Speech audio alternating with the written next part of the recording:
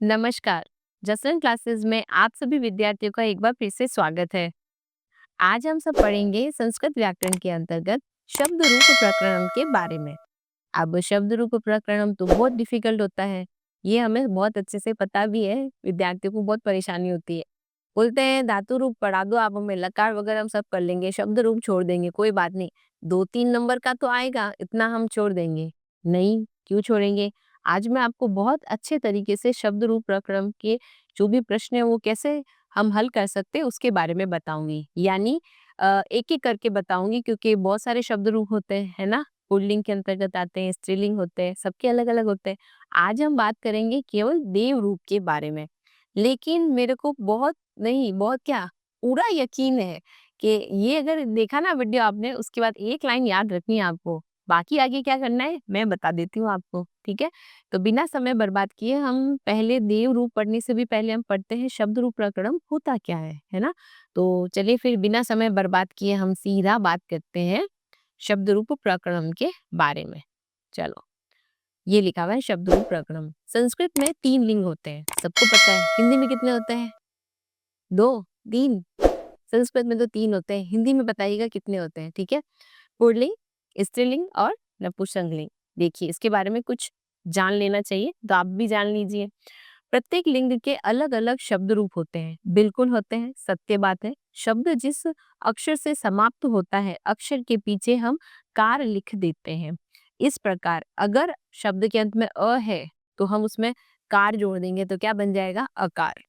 ई इकार, ई इकार और त हो तो तकार भी कर सकते हैं। नॉर्मल बात थी, सबको पता है, नहीं पता तो मुझे पता चल गया। हम्म। चलो, संस्कृत में अ से अंत होने वाले शब्द को अकारांत और आ से अंत होने वाले शब्द को आकारांत तथा ई से अंत होने वाले शब्द को इकारांत कहलाते हैं। बहुत इंपॉर्टेंट चीज है, देखो ध्यान से देखना। अ है तो अकारांत, आ है तो आकारांत, ई है तो इकारांत कहलाते हैं।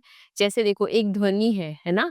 एक ध्वनि है, जैसे इसमें अगर हम ले ले अकारांत, इकारांत, उकारांत, तकारांत, ऐसे बहुत सारे। तो हो अगर एक ध्वनि एवं एक लिंग के सभी शब्दों के रूप कभी-कभी थोड़े से अंतर के साथ प्रायः एक जैसे ही चलते हैं, बहुत सारे चलते हैं। तो इसको हम धीरे-धीरे जैसे-जैसे शब्द रूप पढ़ेंगे वैसे-वैसे बताते रहेंगे। अभी आपको याद रखना है कि अगर कोई शब्द है उसके अंत में अ है तो वो किसमें जाएगा? पुल्लिंग के अंतर्गत। आ है या ई है, ऐसे सब जो स्त्रीलिंग वगैरह के साथ में प्रयुक्त होते हैं। तो अभी आज आपको इतना ही याद रखना है, ठीक है? तो ये सिर्फ़ आपकी नॉलेज के लिए इसको बताया गया था। मेन चीज़ तो आपकी ये है कि आज हम किसके बारे में पढ़ रहे हैं? देव के बारे में, जिसका यहाँ पे लिखा है हमने देवता रूप में। और ये क्या है? अकारांत पुल्लिंग शब्द है। हमने ये देखो पहले स्टार्टिंग में बताया ना, 3 रूप में चलते हैं, बिल्कुल चलते हैं। तो आज हम पढ़ेंगे इसके बारे में, देव यानी देवता, अकारांत के बारे में। और वो है कौन-सा? पुल्लिंग शब्द रूप है। क्या है? पुल्लिंग, ठीक है? पीछे देखो अ आ रहा है, देव, है ना? और इसमें याद रखना एक छोटी-सी चीज़ कि यहाँ पे आप याद रखना विभक्ति लिखते हैं, ठीक है? तो शब्द रूप में याद रखना वचन 3 होते हैं, एकवचन, द्विवचन और बहुवचन। लकार में भी ऐसे ही लिखते थे हम। और यहाँ पे चेंज है, वहाँ पे पुरुष लिखते थे, यहाँ पे क्या आ जाएगा? विभक्ति, ठीक है? कितनी आपको 7 याद रखनी है, 8वीं तो संबोधन है ही, तो 7 विभक्ति आपको याद रखनी है। जैसे हिंदी में कारक होता था ना, कर्ता ने, कर्म को, करण से, है ना? बस संस्कृत में आप उसे शब्द रूप समझ लो, इन सबको भी हिंदी अर्थ में लिखा जाता है। लेकिन आज मैं वो नहीं बताऊँगी, केवल संस्कृत का ही बताएँगे, ठीक है? फिर कभी अगर ज़रूरत हुई तो हिंदी का भी लिख देंगे साथ में, लेकिन आज केवल संस्कृत का, ठीक है? तो शब्द रूप के अंतर्गत आप लिखिए देव। वहाँ जैसे हम लकार में क्या लिखते थे? 9 बार, 9 टाइम्स हम क्या लिखते थे? जो भी शब्द आ जाता था। यहाँ पे भी आपको क्या करना है? यहाँ पे 7 और 8 बार है ना, तो 7 बार तो आपको क्या लिख देना है? जो भी ये शब्द आएगा ना आपके पास शब्द रूप, उसको लिख देना। कितनी बार? 7 बार। यहाँ पे 7 टाइम्स, 7 टाइम्स, 7 टाइम्स यानी 7 बार। एकवचन में 7 बार, द्विवचन में 7 बार और बहुवचन में 7 बार, ठीक है? ये लिख देना, प्रॉब्लम सॉल्व हो जाएगी आधी तो, ठीक है? आधी बची हुई हम करेंगे इस ट्रिक से। देखिए बहुत शानदार ट्रिक है, बच्चों ने इसको याद किया है, आज तक कोई शिकायत नहीं आई। क्यों? क्योंकि सब लोग जो आप लोगों को सिखाते हैं ना, एकवचन की लाइन, द्विवचन की लाइन, बहुवचन की लाइन, बहुत अच्छी बात है। सब जो भी शिक्षक आपको पढ़ाते हैं सब अच्छे होते हैं, सब अपने-अपने हिसाब से बताते हैं, उनको अच्छा लगता है वो बताते हैं और नो डाउट सब अच्छा ही बताते हैं। लेकिन आपकी परेशानी वहाँ पे क्या आ जाती है, आपको भी पूरा तो याद ही नहीं हो रहा है, ठीक है? बड़ी मुश्किल से बच्चे पूरा याद करके जाते हैं, यानी ये इतना बड़ा पूरा याद करके जाते हैं, देवः, देवो, देवाः, देवम देवान ऐसे पूरा याद करके जाते, लेकिन वो वहां पे आता ही नहीं है। आता तो क्या है पता है, वहां पे मैम लोग क्या करते हैं, इतना लिख देते हैं क्या, कि देव जो शब्द रूप है उसका केवल तृतीया विभक्ति लिखो।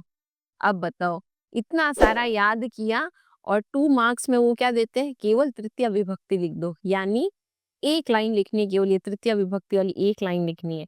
तो बस मुझे विद्यार्थियों की परेशानी अच्छी क्या सॉल्यूशन करना था, तो बस हमने कर दिया। तो ये जो ट्रिक है ना, ये बहुत बच्चों ने अप्लाई की और आज तक शिकायत नहीं आई, तो हमें लगा आपको भी बता देते हैं, ठीक है। तो आप देखो, इसको ध्यान से देखना, ये बहुत जरूरी है, इसको बहुत ध्यान से देखना, ठीक है।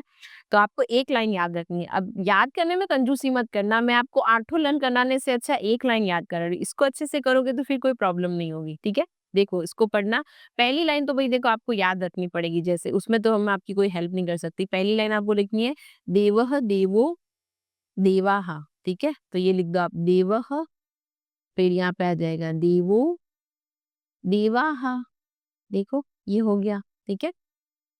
देवः देवो और देवाः ये लिख दिया। ये आपको याद रखना किस में जाएगी, प्रथमा में। प्रथमा में तो आपको जो भी जितने भी शब्द रूप है सबकी प्रथमा तो याद रखनी पड़ेगी, द्वितीय से शुरू करेंगे। अब देखो दूसरी लाइन से आप याद रखना, मुआन मुआन एनाभ्यामे एनाभ्यामेह आयाभ्यामेभ्यः आताभ्यामेभ्यः सस्योः आनाम एया एषुः, ठीक है। इतना याद रख लेना। देखो अब इसमें देव है, देव जो कह रहा है माइन में आ जा, जैसे मतलब मारवाड़ी बोलते ना, अंदर आ जाना है ना, अंदर। यहाँ पे जैसे देखो देव है ना, वो अंदर आने के लिए बोल रहा है किसी को, अपने दोस्त को किसी को, तो के मो आन आना अंदर, एना भ्याम में एना आप भी आ जाओ, आया भ्याम आता भ्याम आते जाते रहो, शस्यो सो जाओ, बैठो, जो करना है करो। तो देव अपने घर में बुला रहा है, ऐसे आप इस चीज को याद रखना तो क्लियर रहेगा। तो कैसे याद रखोगे, मोआन एना भ्यामेह आया भ्यामेभ्यः आता भ्यामेभ्यः सस्योः आनाम अयो एषु, देखो याद हो जाएगा।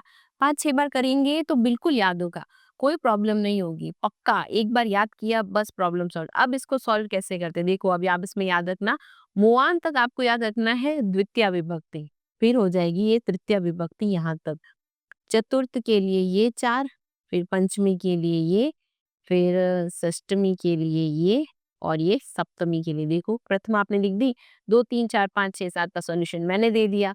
भुआन एना ब्यामेह आया ब्यामेभ्यः आता ब्यामेभ्यः सस्योः आनाम अयो एषु, ठीक है। अब देखो दूसरे नंबर पे हमने क्या लिखा है, मुआन। देखो हम यहाँ पे लिखते रहते हैं, ठीक है।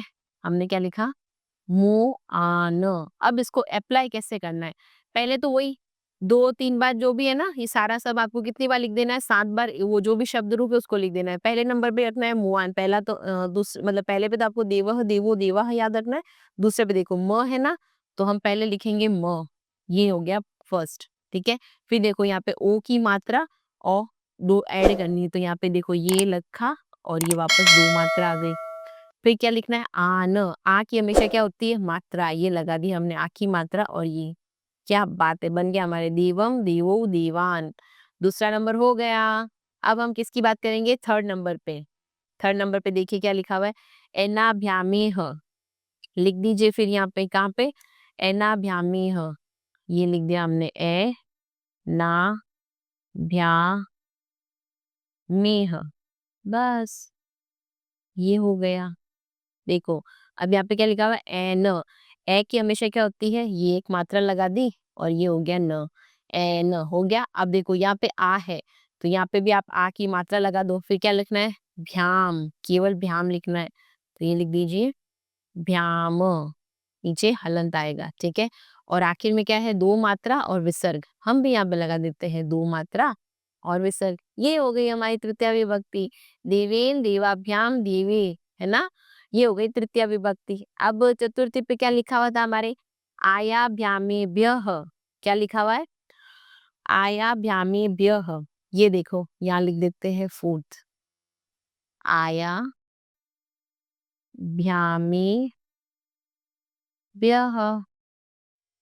ये हो गया फोर्थ नंबर पे, ठीक है।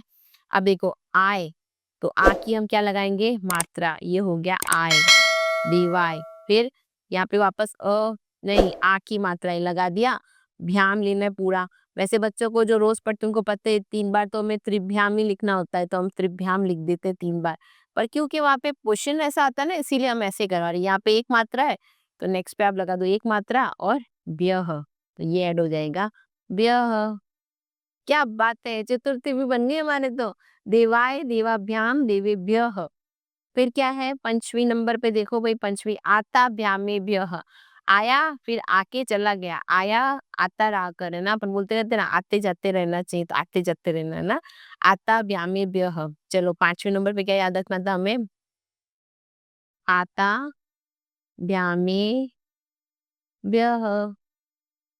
आता भ्यामेभ्यः, ठीक है, आता भ्यामेभ्यः।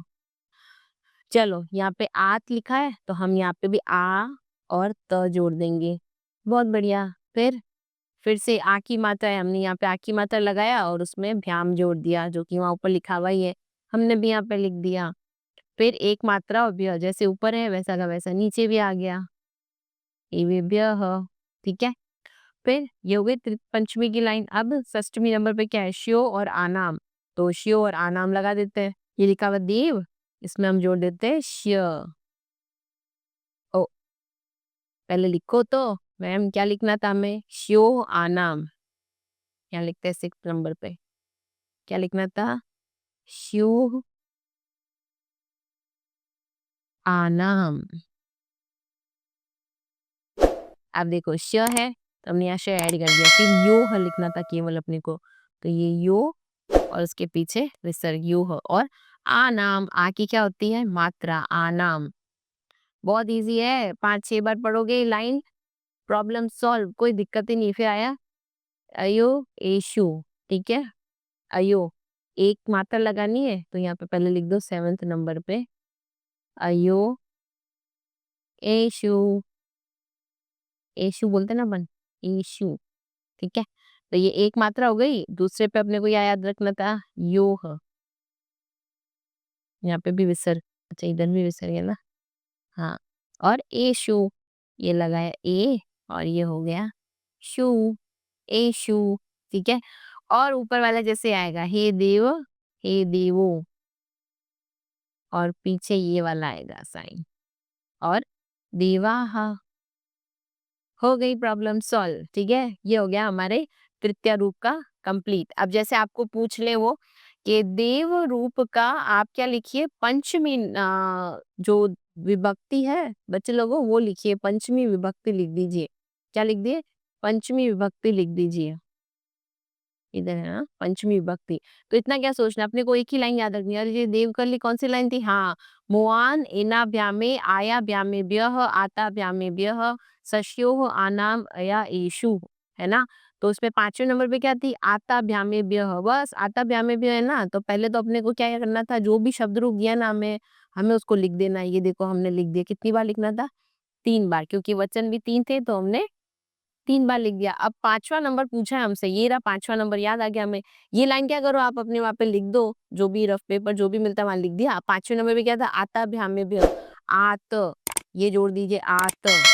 फिर क्या जोड़ना था, भ्यामे, या आ की मात्रा, फिर भ्याम, और आखिर में क्या था, ए ब्य, तो ये ब्यह हो गया। देवात देवाभ्याम देवेभ्यः, ये हो गए हमारे 2 मार्क्स पूरे। ऐसे बहुत सारे आ जाते हैं, तो अभी फिलहाल देव का सिखाया है तो देव का याद रखना। अब अगर किसी ने बोल दिया चलो फिर सप्तमी का लिख के दिखा दो, हाँ तो उसमें क्या प्रॉब्लम है, हम लिख देंगे सप्तमी, हमको लाइन याद है, मुआन एना ब्यामे आया ब्यामे ब्यह आता ब्यामे ब्यह सस्योह आनाम अयोह एशु। कोई बात नहीं, आपको देव रूप का सप्तमी विभक्ति लिखना है ना, अभी लिख देते हैं। सबसे पहले हमें कुछ नहीं करना है, जो भी शब्द रूप है उसको कितनी बार लिख देना है, 3 बार, क्योंकि वचन 3 है तो हम 3 बार लिखेंगे। ये हमने लिख दिया 3 बार। अब हमें क्या पूछा है, सप्तमी विभक्ति, तो 7वें नंबर पे क्या लिखा हुआ, अयोह एषु, बहुत बढ़िया, ये लिखा हुआ ए, यहाँ पे फटाफट से ए ऐड कर दो। एक मात्रा फिर योह करना है, ये हमने योह ऐड कर दिया। और एषु, ये लगाओ एक मात्रा, शु, हमने सप्तमी विभक्ति को कर दिया शु, ठीक है।